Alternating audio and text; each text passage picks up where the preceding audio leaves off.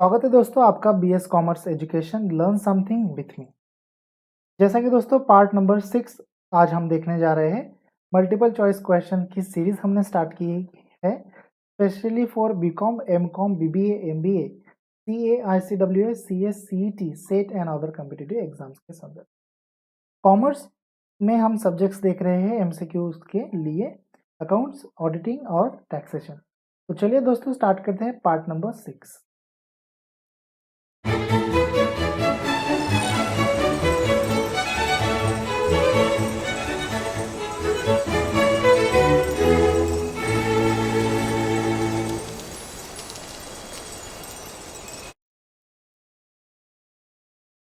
आज का पहला सवाल लेंगे क्वेश्चन नंबर 51।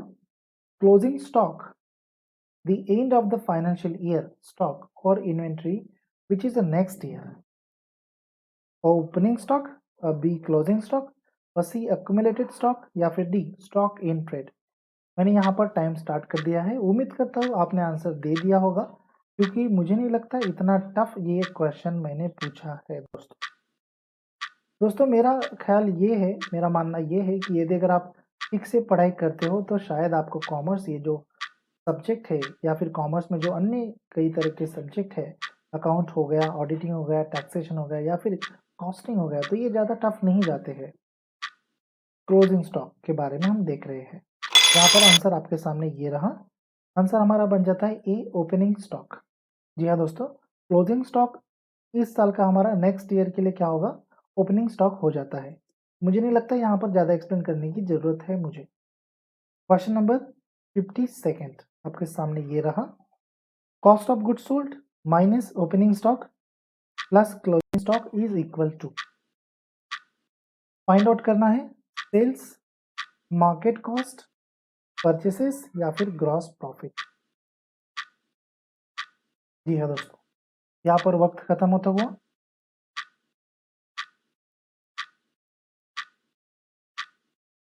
वीडियो को थोड़ा सा पॉज करके भी आप आंसर दे सकते हैं कमेंट बॉक्स में। कोई जल्दबाजी ना करें आंसर देते समय, हमें कहीं पर जाना नहीं है। आंसर आपके सामने दोस्तों ये रहा। आंसर हमारा बन जाता है सी परचेसेस। परचेसेस हमारा यहाँ पर आंसर बन जाता है दोस्तों। कॉस्ट ऑफ गुड्स सोल्ड से यदि अगर हम ओपनिंग स्टॉक माइनस करते हैं और यदि अगर उसमें हम क्लोजिंग स्टॉक जोड़ देते हैं तो हमारे पास में जो बैलेंस बचेगा वो बैलेंस को हम कहेंगे परचेस। आप इस फॉर्मूले को जोड़ के देख सकते हैं आपके नोटबुक के ऊपर, आपका आंसर बिल्कुल सही आएगा। नेक्स्ट क्वेश्चन के ऊपर चलते हैं। क्वेश्चन हालांकि थोड़ा बड़ा है बट ध्यान देकर यहाँ पर आंसर दीजिए। मैं वक्त यहाँ पर स्टार्ट कर देता हूँ। थोड़ा बहुत मैं भी चुप होने का प्रयास करूंगा ताकि आप आंसर ठीक से दे पाए, क्वेश्चन को ठीक से पढ़ पाए।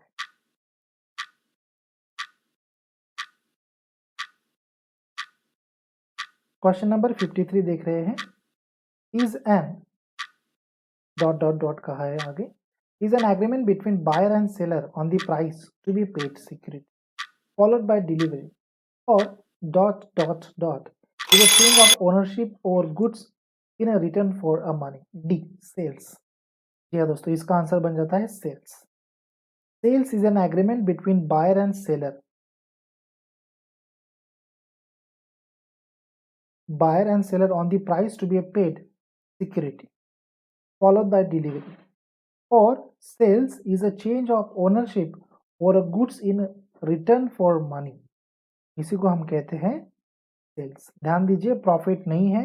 पार्टनरशिप फर्म शायद हो सकती थी बट नहीं होगी। क्यों? क्योंकि यहाँ पर और भी कहा है और is a change of ownership. so the partnership firm is not a change of ownership, it's change of the partnership, not a firm or the not a owner. So it's mean by it's a change of a partnership or goods in return for money. So it's called a sales. Now let's move on to the next one question, which is the question number 54.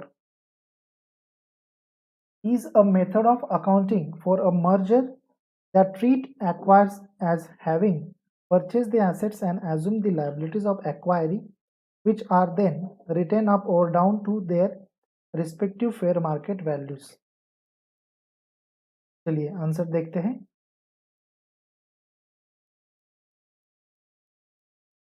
Time मैं यहाँ पर start कर देता हूँ। Option आपके सामने प्रोप्राइटरीशिप, Sales accounting, purchase accounting, gross profit is a method of accounting for a merger that treat acquirer as having purchased the assets and assume the liabilities of acquiree, which are then written up or down to their respective fair market values. वक्त यहाँ पर खत्म। Answer को देखते हैं दोस्तों। तो answer हमारे पास में बन जाता है परचेस अकाउंटिंग। तो कई बार इसके ऊपर सवाल पूछे गए हैं कॉम्पिटिटिव एग्जाम्स में। What is mean by purchase accounting? So the purchase accounting is a method, एक मेथड है अकाउंटिंग की। उसमें क्या मेंशन किया हुआ रहता है, चलिए देखते हैं ठीक से अभी। Purchase accounting is a method of accounting for a merger that treats acquirer as having purchased the assets and assumes the liabilities of acquiree, which are then written up or down their respective fair market values. तो ये संबंध में यदि अगर कोई accounting आती है तो उसको हम कहते हैं purchases of account. Let's move on to the next one question. This is the system there, माफ कीजिए, this is the system where selling और changing of goods for a price. ये वो सिस्टम होती है जहां पर हम सेलिंग या फिर चेंज करते हैं गुड्स की प्राइस को। Okay, goods for a price, okay, price के संदर्भ में चेंज करते हैं। Profit, sales of goods, bout of goods, marketing of goods. Options आपके सामने हैं, इसका आंसर देख लेते हैं दोस्तों। ये रहा आंसर आपके सामने, B, sale of a goods. Question को ध्यान देकर पढ़ना एक बार मेरे लिए ज़रूरी बन जाता है, क्योंकि शायद मैंने यहाँ पर क्वेश्चन का एक्सप्लेनेशन ठीक से नहीं दिया है। चलिए देखते हैं क्या नहीं दिया था। 55 नंबर क्वेश्चन देखते हैं। दिस इज द सिस्टम, ये वो सिस्टम है जहाँ पर वेयर सेलिंग और चेंजिंग, जहाँ पर सेलिंग होता है या फिर चेंजिंग होता है इसका, गुड्स का, किसके मामले में, प्राइस के मामले में। तो ये था सही एक्सप्लेनेशन, अभी मेरे दिल को सुकून मिला। सेल ऑफ गुड्स इसका आंसर है दोस्तों। Let's move on to the next question, which is the number 56 questions. The fees charged by a mutual fund at purchase of shares, usually payable as commissions to a marketing agent, this called sales charge, marketing charge, purchases charge या फिर commission charge. The time should be started here. मैं क्या करता हूँ next time, अभी जो 57 वाला number question आएगा, क्वेश्चन के टाइम पर ही शायद टाइम स्टार्ट करने का यहाँ पर मैं प्रयास करता हूँ। तो चलिए देखते हैं होता है या नहीं होता है सफल हमारा ये प्रयोग, शायद हो जाए, अच्छी बात है। 56 नंबर दोस्तों, यदि अगर सच में वीडियो अच्छा लग रहा है दोस्तों, मैं सच में अच्छा एक्सप्लेन कर रहा हूँ, तो एक जरूर लाइक कर दे मेरे प्यारे दोस्त, प्लीज। जी हाँ दोस्तों, the fees charge by mutual fund, ये आंसर बन जाता है सेल्स चार्ज, उसको कहा जाता है। इसमें क्या, किसको कहा जाता है सेल्स चार्ज को, तो देखते हैं अभी। The fees charge by mutual fund, mutual fund वाले जो फीस चार्ज करते हैं कब, एट परचेसेस ऑफ शेयर्स, जब हम शेयर्स को परचेस करेंगे, usually payable as a commission to a marketing agent. ज़्यादातर इसको क्या कहा जाता है, पेबल कमीशन। ये कमीशन होता है एक तरीके का, जिसको हम किसको पे करते हैं, मार्केटिंग एजेंट को पे करते हैं, और इसको क्या कहा जाता है, सेल्स चार्ज कहा जाता है। चलिए मूव ऑन करते हैं 57 नंबर क्वेश्चन के ऊपर। तो जैसा कि दोस्तों मैंने यहाँ पर बताया आपको कि मैं क्वेश्चन के साथ में ही टाइमर स्टार्ट कर दूँ, तो यहाँ पर हो चुका है, ऑप्शंस भी आ चुके हैं। इसकी वजह से क्या होगा कि हमारा समय थोड़ा सा कम हो जाएगा और वीडियो लंबा होने की बजाय थोड़ा सा कम हो जाएगा। 57 नंबर आपके सामने ये रहा। In the context of project financing, the state in which the project has reached physical competition and has delivered product और generated revenues in satisfaction of, oh my god sir, बहुत टफ क्वेश्चन है sir, मेरे भी सिर के ऊपर से चला गया दोस्तों। Only a, sales completion. चलिए ठीक है, एक्सप्लेन करने का प्रयास करूंगा मैं ठीक से। यदि अगर आपको समझ में आता है दोस्तों तो प्लीज़ मुझे कमेंट बॉक्स में हाँ करके भेज दें। यदि अगर नहीं समझ में आता है तो मैं दोबारा से इसको समझाने का प्रयास करूंगा। इन the context of project financing, कहाँ पर, प्रोजेक्ट फाइनेंसिंग में, the state in which the project has reach physical competition and has delivered product or generated revenues in a satisfaction is called a sales completion. Of course यार, sales completion ही कहेंगे उसको, कोई doubt नहीं है, उसमें sales completion ही है। Next on, माफ कीजिए मैं कुछ अलग लैंग्वेज में बोल पाया आप। दोस्तों क्या करेंगे, आपको थोड़ा बहुत इंटरटेनमेंट करनी मेरी जवाबदारी है, कोई दूसरा वाला आकर आपको इंटरटेनमेंट नहीं करेगा। तो चलिए यहाँ पर कुछ ट्रिक वाला क्वेश्चन हम देख रहे हैं। 58 नंबर वाला क्वेश्चन आपके सामने ये रहा, मैंने टाइम स्टार्ट कर दिया है। The goods return to an enterprises or a company are known as a return inward, where the goods are returned in the company that should be recorded in a return inward book. पूछा है statement, अभी दोनों statement कैसी है? अच्छी है sir, अभी आपने दी है तो शायद अच्छी होगी।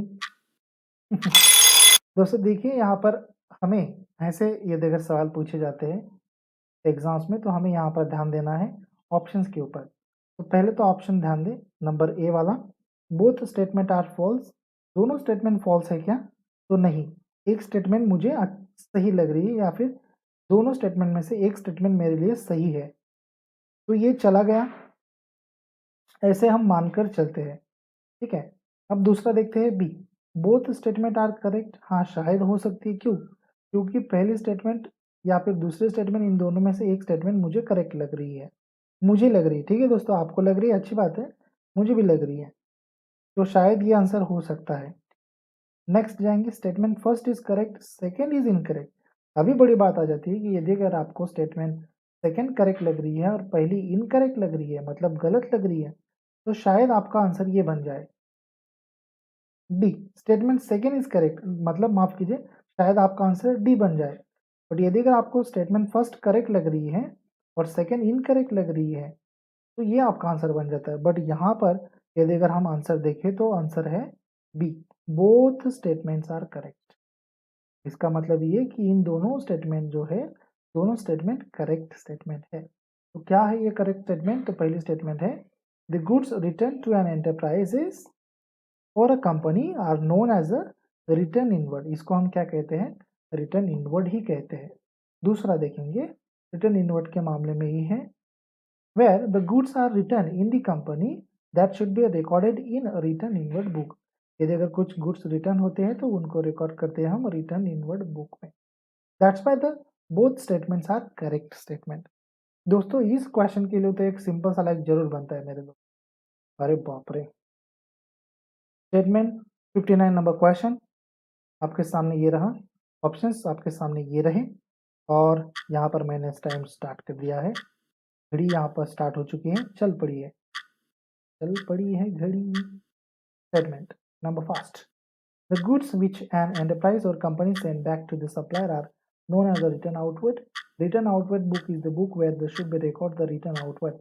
And of course मुझे शायद मालूम है आपने इसका आंसर दे ही दिया होगा।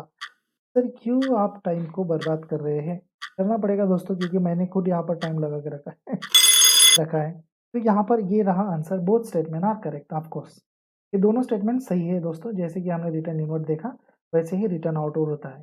तो क्या है, चलिए पढ़ लेते हैं ठीक से one by one. The goods which an enterprise और company send back to the supplier, supplier को जब हम सेंड बैक करते हैं आर रिकॉर्डेड या फिर नोन एज रिटर्न आउटवर्ड।